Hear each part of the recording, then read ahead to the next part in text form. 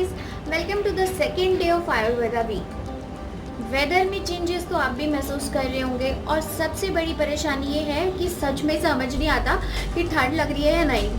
ऐसे में सबसे कॉमन हेल्थ इशू जो हम सब फेस करते हैं वो है कफ और कोल्ड। कहने के लिए it's very normal and simple issue, but trust me this is one of the most painful health issues as it is actually makes you lethargic.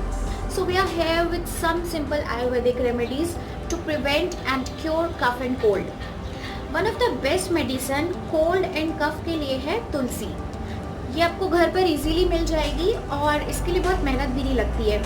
बस कुछ पत्ते पानी में डालकर आप उबाल लो और दिन में 2 बार पी लो and say bye bye to cold and cough. Another healthy tea ingredient is ginger. Ginger के छोटे छोटे पीसेस पानी में उबाल कर छान लो एंड टेस्ट के लिए आप उसमें हनी या लेमन भी डाल सकते हैं। इससे कोल्ड की वजह से जो थ्रोट इश्यूज होते हैं उसमें बहुत रिलीफ मिलेगा। कफ के वजह से भी often feel heaviness in our chest, specially बच्चों में ये बहुत कॉमन होता है। ऐसे में आप सेसेमे ऑयल का एक ड्रॉप नॉस्ट्रिल के अंदर डालकर इनहेल करेंगे तो आपके चेस्ट क्लियर हो जाएगी and you will feel better. One more thing that you should involve अपने डेली रूटीन में हल्दी का दूध।